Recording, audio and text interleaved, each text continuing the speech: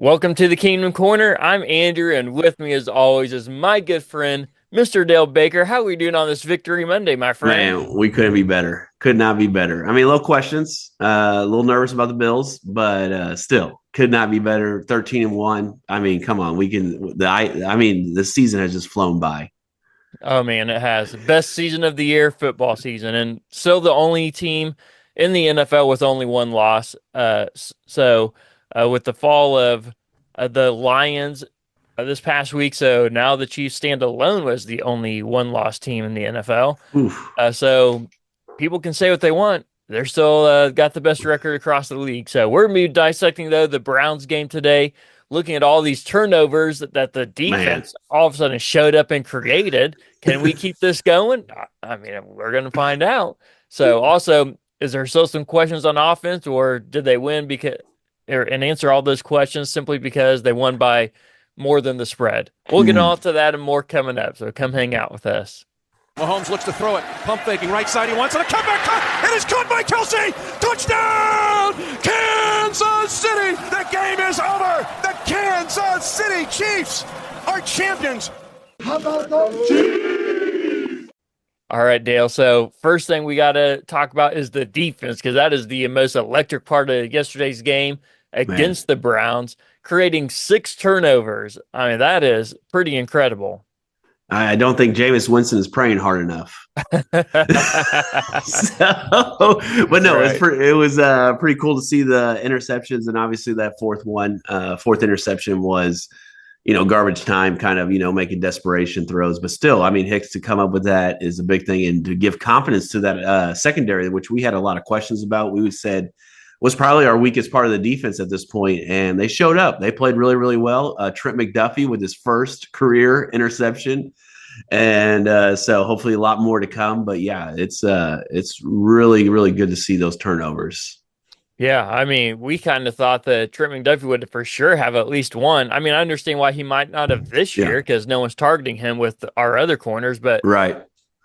I mean, never. Never. I It's know. surprising. He's Yeah, had a few in his hands, I know, but it's good to get that first one under your belt. So that's good. So the 6 turnovers in yesterday's game for the Chiefs is the most they've had in a single game since week three of 2016 against the Jets when they had 8 takeaways. wow. All So right. it was it's been almost 10 years, I guess 8 years since they've had a game with that many turnovers in one game. So hats off to the defense. They play lights out, other than the one big run play that they gave up for the touchdown.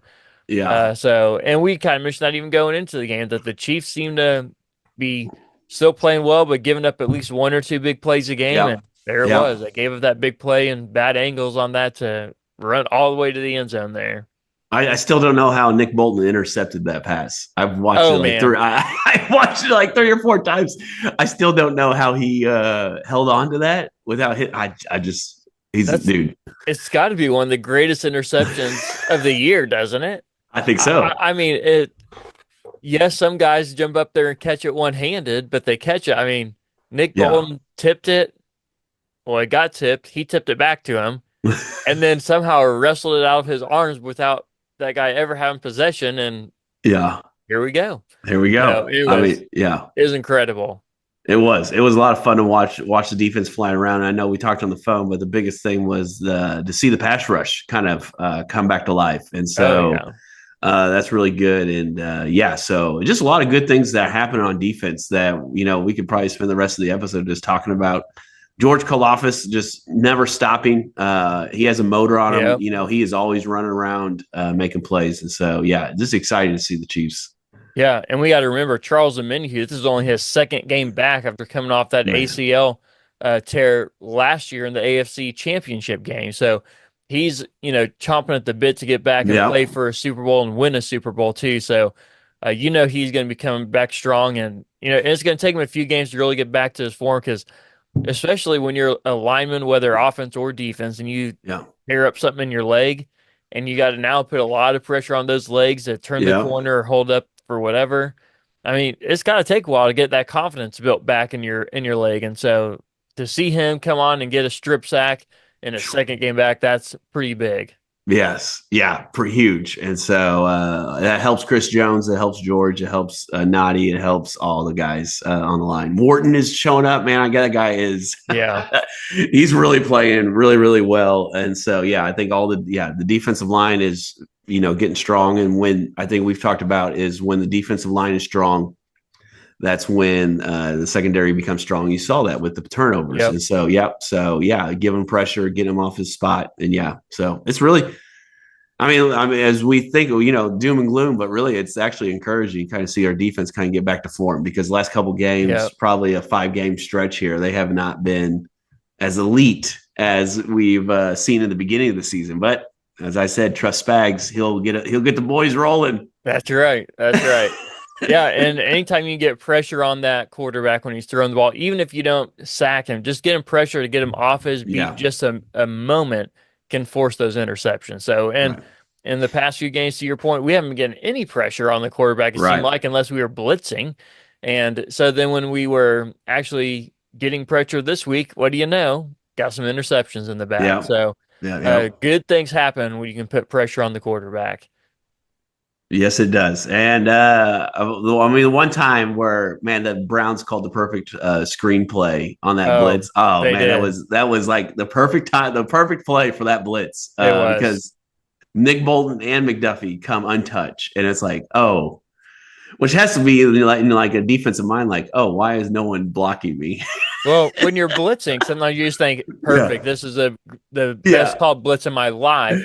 And then they dump it off so quickly, and you're like, oh, it's just, that'd be disappointing it for sure. So, yeah. anyways, glad to see the defense coming back to play, even if it is against the Browns team who Right. has struggled most of the year, but they've still put up a lot of points. Yeah, and Jameis Winston, he's been putting up yards. I know he's put up yards against the Steelers, the Broncos. I mean, they beat the Steelers just a couple weeks ago, and so yeah, I do think like they're a snow game, and so definitely their offense isn't just I don't think it represents their record very well. Yeah. But hey, Well, you we only held play who's on your schedule, right? Yeah, when we held their offense to the lowest output as far as scores that they've had for all season. So previous four, they've had a couple games with 14, and so they were close to getting down there again. But then, what do you know? Trent McDuffie pulls down one in the end zone. So Yeah. hey, that's all we need is to keep stacking them these wins on top of each other and go on to the next game. So Did you hear his press conference when he got that interception? no, I didn't. Oh, he said he looked up at the Jumbotron and he saw Jameis Winston in throwing motion. And so he saw that and he thought, I better turn around. And he turned around and there it was. Man, And so like he used the jump. So you haven't listened to that. You need to go and listen to that press conference because he's like, yeah, I saw Jameis Winston throwing in the Jumbotron. I turned around and there's the ball and I got it. You made a play. hey, So there you go. Using use surroundings. yeah, use whatever you can to your advantage, right? So I mean, this keep guy's looking keep at the your Jumbo. defender in front of you, also looking at the play at the jumbotron. So I like Yeah. it. So thank you, Browns, for showing that for us. So Trent McDuffie and we fans, thank you for that. Yes.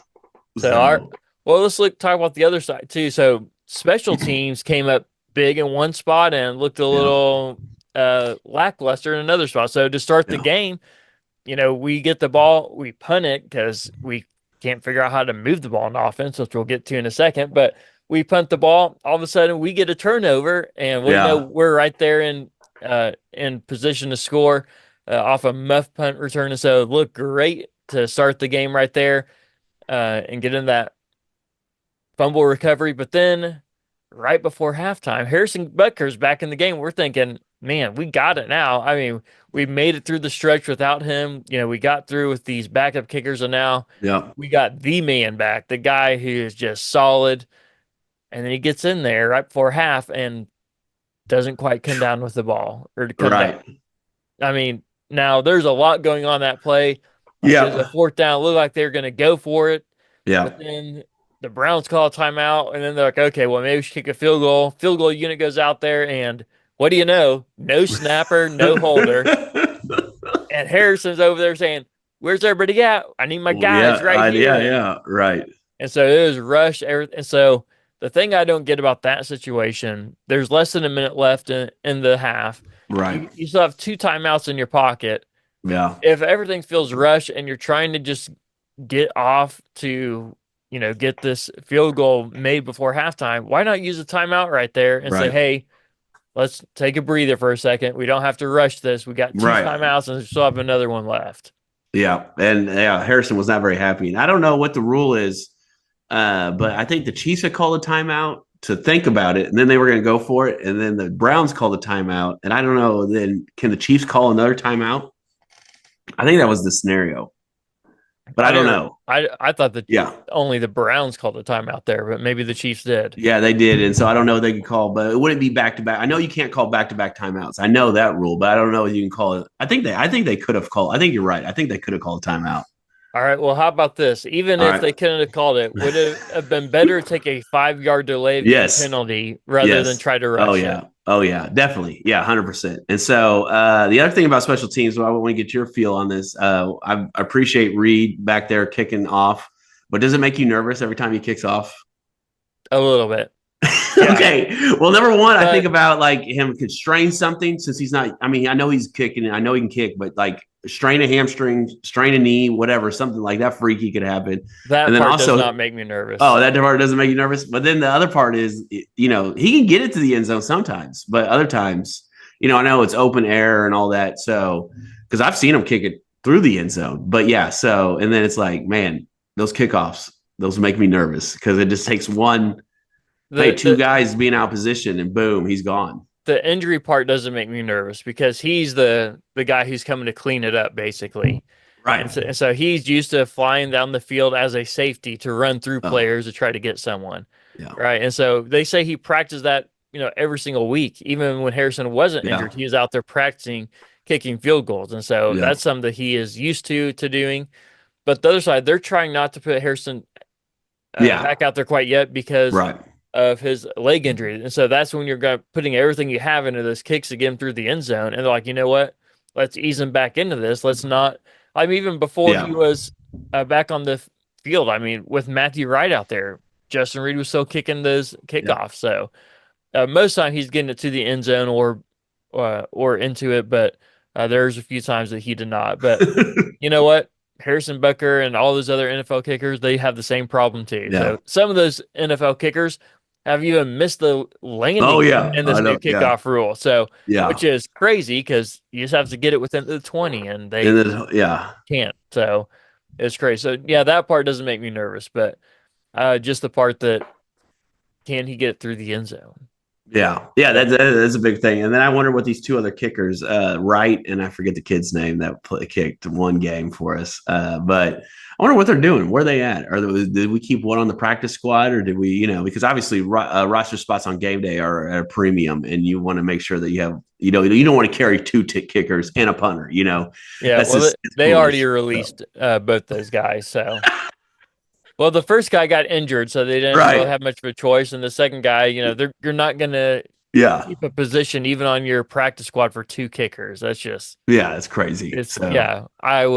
I would be upset if they did keep both those kickers, not because I don't appreciate what they did for us, but because there's so many other players that you want to keep up to speed, where your injuries are more likely to happen. So So let's talk about the offense here now. So the offense puts up, that's what it's all about, right? So offense puts up 21 points. They finally cover a spread. The spread was 4 when we did our preview podcast.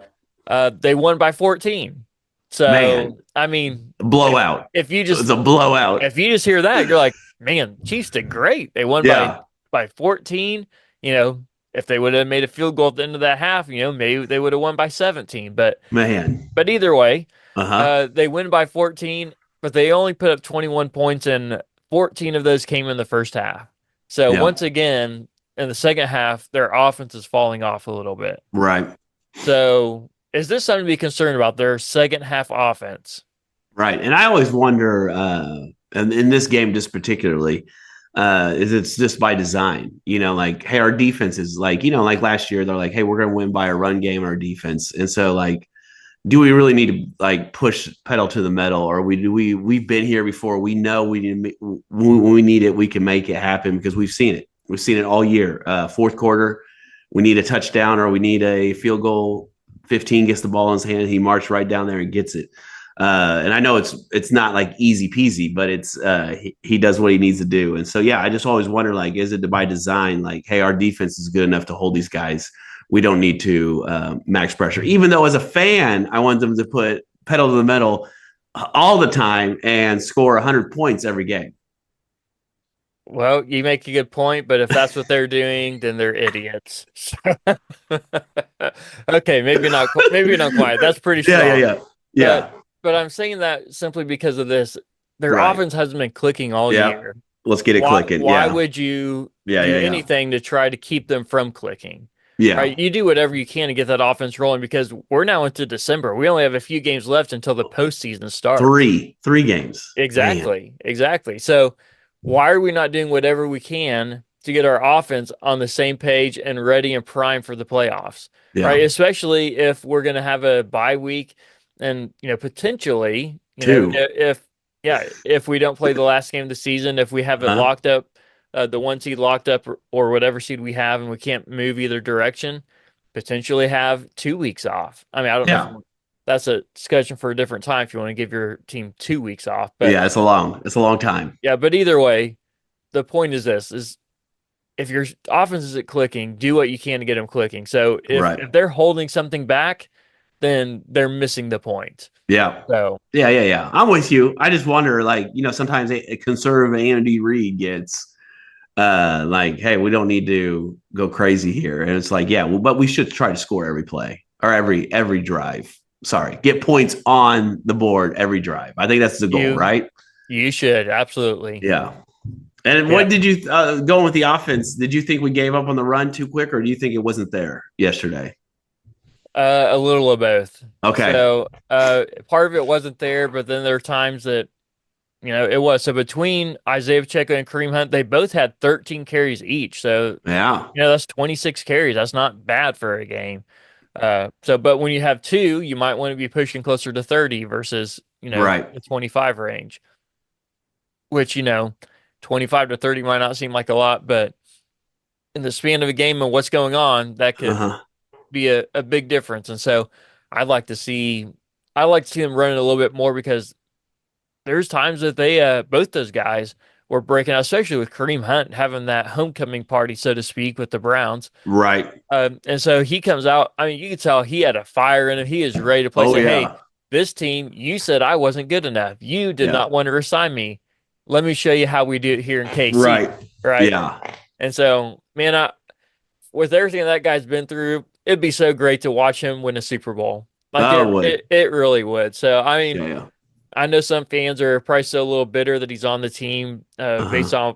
on his first stint with the Chiefs, and I Yeah. get that, totally get that, Oh yeah. even understandable, but I also think that he paid his due, right? He Yeah. Yeah. he, Yeah. he did his time, and we got to be about grace at some point, right? Well, So yeah, I was gonna say we are both in the business of restoration, and I think like that's right. if you in forgiveness, and if he's really changed, and it seems like he has by his actions and by who he is, and so yeah, I think you're young, you make a mistake, and he paid for it, like you said, like he paid for Yeah, that mistake, and so uh, never should put hands on a woman ever. And so we right. probably both agree to that. But yeah, Yep. definitely. I think he's learned and grown, and so we can appreciate him. And so yeah, definitely would love to see, especially the team that drafted him, right? Yeah. And Yeah. he has such high, promising career, and then kind of went sideways there, being sharing carries with Chubb in Cleveland, not really being the featured back like he would have been in Kansas City. So Yeah, so if we were able to see him get a Super Bowl this year, even beyond the three-peat, just being able to watch him, yeah, if the Chiefs make it and if they win the Super Bowl, a lot of ifs here, but uh huh, and not a speaking lot this of ifs, not speaking this into anything, but I'm right? just saying he's a guy you're going to want to watch in the post-game celebration. Yeah. Like that's going to be a sweet moment for him. So, but anyways, without being said, he comes back to Cleveland ready to show the league Yeah. and show the Browns specifically he still got it. And so, and you can watch how he was running. He was running that way, like, hey, this is my time to show you. And so I think it would have been great to feature him even a little bit more.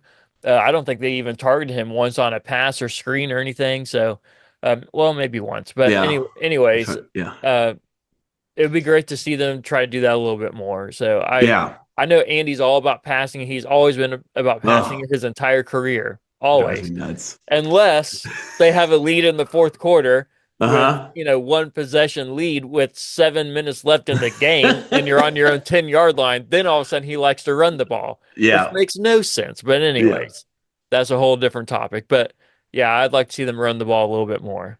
Okay. Yeah. Okay, second question on the offense. How concerned are you with the deep ball? Very. So Okay. I think Mahomes has hit one of those all year, right? Maybe. Uh-huh. I mean, maybe there's another one I'm not thinking of. I know he hit Worthy on one, maybe in the first or second game of the season. Yeah. It was probably 20 or 30 yards. And the other, uh, well, I guess they're considered deep plays, maybe not deep passes, but Uh-huh. are ones that he just throws for 5 yards and they run for 20 yards, right? That's his biggest plays of the season or things like that.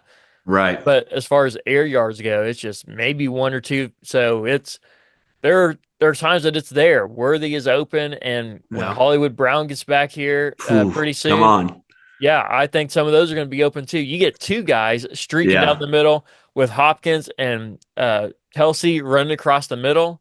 I Man. mean, that'd be a potent offense to try to stop with those four Maybe guys. Tyreek Hill. But yeah, we need to get on the board. D Hop should have had one, but he just, hard catch, but it looked like he Yeah, did catch it again. I don't know how, but yeah.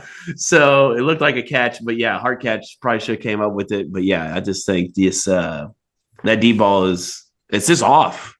And yeah. I don't know. Again, obviously we're not there in the press room asking questions like, are you throwing those away? Or are they just are your timing off? So yeah. No, the ones that are that close to them, he's not throwing those No, away. no, yeah, If yeah. he's throwing them away, they're going through the back of the end zone. It's going Right. to be obvious. So, Well, that Travis Kelsey one was terrible, and that Watson one was 10 yards yeah, away from him. So, I mean, yeah, we're not yeah, even close. So, yeah. So, do you think part of that has to do with the fact that Mahomes has been under such pressure this year that he feels the need to rush those? yeah, And yeah, so, instead of like in past years where he sees it, then you can remember this even like he'll see it and you'll see him take a step back and he'll yeah. kind of throw his arm back a little more, kind of get all that into it and then Uh-huh. launch it. And this year he sees it and he's just like trying to get it out there as quickly as he Yeah, can. yeah, yeah. And I I think think, I yeah. think that has a lot to do with it. And did they get any sacks? Was there any sacks in the game for the Browns? Did they sack him? Zero, zero. But I tell So you what, they're still hitting them. My goodness. yeah, they are. They are. I mean, even with the ankle thing, and so that like one of the things is like it was impressive. Tooney, which we'll talk about here in a second, but like, yeah, I think he still needs to try to get rid of the ball where he's not getting hit creamed because he was taking a lot of shots still yesterday. Yeah, he was. Yeah, so and obviously the ankle is a bit of a concern, but we'll talk about that too. So let's finish up the. Sorry, derailing the whole No, program. no, you're good. Okay. Still offense. Let's talk about that. Yeah. The offensive Yeah. line. So we kind of both said they should move Joe Tinney over there with Well, DJ Humphries being you out. said that. Okay, I said that. There you go. I said that. I did not say that. You came up with that plan. You're like, hey, let's move Tooney out there, like Caliendo in the left guard, and let's just roll. All right. Well, even going into this game, Uh-huh. DJ Humphries gets hurt and Wanya Morris came to fill in last week. So we kind of thought, what will they do versus what should they do? And we Right. both kind of said, well, they should move Joe Tooney over, Yeah. but Yeah, they yeah. probably will just go ahead and start Wanya Morris again. But Yeah. that didn't happen. And, nothing against Wanya Morris, but I was pleased to see that Joe Tooney was over in the left tackle position. I thought Yeah. that if nothing else, I promise you, he's going to get up less pressures than the guys that were in there before. Right. Even Yeah. if he doesn't have to be great, just has to be average. It's all Yeah. we're looking for. So played great. 0 sacks allowed yesterday against the Browns. So that is a great sign. I mean, especially with the Browns pass rush, they got great. So in the first half, Myles Garrett only had one pressure. I mean, that's incredible. I know he went out for a few plays there too. In the second half, he ended up getting 7 pressure. So to your point, they're still getting pressures on him. They Right. just weren't bringing him down. Yeah. And so, yeah, it's definitely concerning that they're still allowing him to get hit like that. But Yeah. the other side is, I think some of those, it's been noticeable all year. Some of these wide receivers Yeah. and such, they're not getting separation. And so No. if you're not getting separation, what is Mahomes supposed to do? Just throw it, or is he supposed to hold on to? And so he's trying to hold on to it longer so you can get separation. These guys have to get separation, so they're not getting separation consistently. Right. And I think like it seemed like, and I know this goes back to this, it seemed like they were with D Hop, he's getting more comfortable with the timing routes, right? Where he's thrown it before he breaks. And so like, yeah, it's man, I tell you what, we got 3 weeks and I think that's gonna be good. Good stuff for us to get those timing routes down. So but yeah, encouraged by the offensive line, Caliendo coming in, doing what he does, even though he pushed I think Miles Garrett into Pat one of those plays, but still he's running around making plays and he's doing a good job. And so yeah, and then Tooney, yeah, that was awesome to see him. Yeah. Hey, I'll tell you this. I am still under the impression that the Chiefs should bring back Donovan Smith. I know. So I know we've said that before on here and Yeah. thrown that idea out. From what I understand, just based off what I read online, Donovan Smith said that he is ready to come back to the Chiefs as soon as he gets a call from them. There you go. And so he's ready to play, apparently. And I think if nothing else with some of those injuries, like Wanya Morris has even banged up too. So if you get one more injury along that line, we're in big trouble. Oh And yeah. so I bring him back, if nothing else, for an insurance position and move Wanya Morris to the practice squad if you need to. And so Boom. I don't know. Maybe they're worried somebody's going to pick him up off of that, but I don't know that they have to worry that much about that just Right. based on his tape this year. So let me try to relieve some of your worries Yeah. there. Put him on the practice squad. He'll probably be okay. If he doesn't, that's why you drafted Kingsley Sumantua, right, to Yeah. develop him. So Yeah. Yeah. you drafted him because you didn't trust Juan anymore to begin with. If you did, you wouldn't Right. have drafted Kingsley so high. And so I would move him to practice squad and sign Donovan Smith just for that insurance policy, if nothing else. I might even start him, though, and move Tooney back inside. So depending Yeah. on how ready Donovan Smith is to play football and how football shape he's in. So that'd be my suggestion for them going forward. But here's a question I have for you. So is the offense, is it fixed? They won by 14 points, Yeah. and we talked about their second half struggles, but are you worried about it anymore after seeing this outing against a great defense in the Browns, or is it still something that we should be watching and looking for improvements in? I think we're still watching and making improvements. And I think after Christmas Day, we'll kind of know a little more of what we're about and how we can get right. Because I mean, we're in the middle of December. I mean, it's December 16th. We're 9 days away from Christmas. Hope everyone's shopping's done. But it's just 9 days. And so I think we're getting close to January. And January football is, that's when it happens. And so we've seen this Chief team flip the switch and turn it on. With their defenses turned it on, their offenses turned it on. And so, I don't think we should be hitting the panic button yet, but it is across the table. And so we'll take a long look at that. But I think, with 15 back there, we should never be worried. And then why would we, right? And so he's only had probably 2 bad games that I can think of in his career. And I don't think we're going to have one of those again here anytime soon. Well, good. All right. Well, final question for you. So the big thing everybody's going to be talking about and what we should be talking about too is, what about Patrick Mahomes' ankle? Yeah. I mean, is he going to be good to go? Is it going to be like it was a few years ago where he's going to be struggling for the entire playoffs because of that sprain? Or, what should we even be doing now? Here's my, I'm a bit of a conspiracy nut. Right. I always love a good conspiracy, growing up on the X-Files. But so they put his injury week to week. Yeah. Right? Not day to day. Right? Wouldn't you think an ankle injury would be day to day, not week to week? And so I think they're going to sit him one of these 3 games. And they're going to blame it on the ankle just to give him a little more rest, because 9 days or 10 games in 11 days or whatever it is, I don't know, is ridiculous. And so I think they're going to sit him one game. That's So, my conspiracy. so if that's the case, let me Uh ask you huh. this: can Carson Wentz lead the Chiefs to a victory? Who are we playing? Houston or Steelers? I'm asking you. You're the one that said they're going to sit him. I think we can. I think we can beat the Houston Texans with Carson Wentz.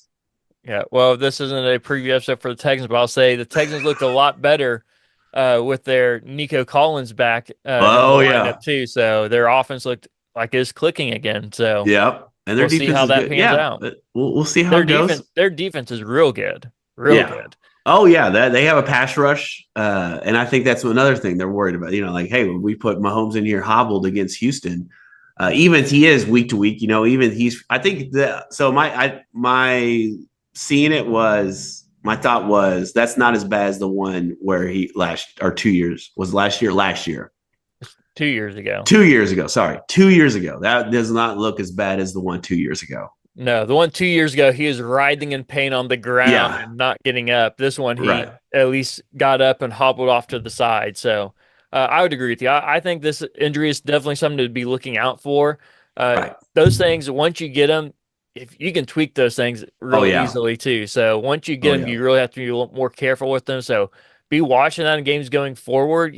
Seeing how he's running, seeing how he's avoiding pressure and all those things. So Yeah. maybe it's going to force him to get rid of the ball quicker, even, which I don't know that we Yeah. really want him to because they're not getting open as it is. But Yeah. it Yeah. might force him to do that just to try to avoid some of those hits. It might force him to go out of bounds earlier. All this. Now, if you get to the playoffs, throw all that out the window that I just said. Oh yeah. Yeah. Yeah. Because he's not going to be doing any of that when it comes to playoff time. But to finish these games out, Yeah. all those things are going to be on the table. So, but I don't think it's something to be overly concerned about.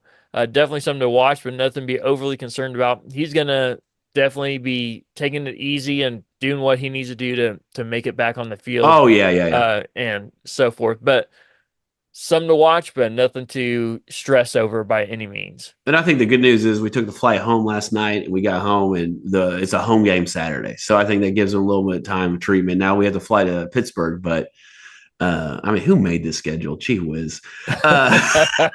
Probably some so, Patriots fan. oh yeah, there you go. So and so yeah, that could altitude can mess it up, flare, make it swell up again if it's not already swelled down. So yeah, I think that's the tough thing. I think is that we're playing 2 games in 9 days. I think that makes it extremely tough. I think if there was a normal breaks, I think he'd be fine. But I think they might rest him one of these weeks, whether it be Pittsburgh or Houston. Yep. All right. Well, you heard it here first. Dale gave you the Carson Wentz will be starting this Saturday versus the Houston Texans. So, I think he can do things. hey, He stays I think he stays within the offense. I think it's when he gets outside the offense. hey, I'll tell you this: if Andy Reid's your coach, you can quarterback a team. So, yes, Andy Reid, he started as the offensive coach, but he is a quarterback whisperer.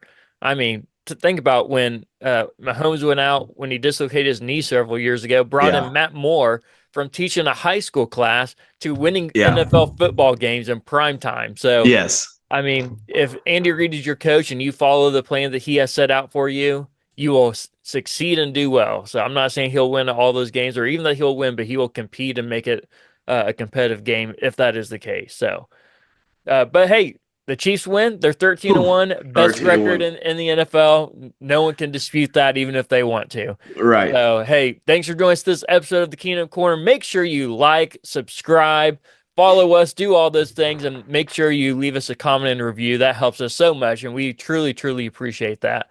So this episode is brought to you by Oh Hey Threads. Oh hey, a portion baby. of every purchase goes to support missions all over the world, one super soft tee at a time.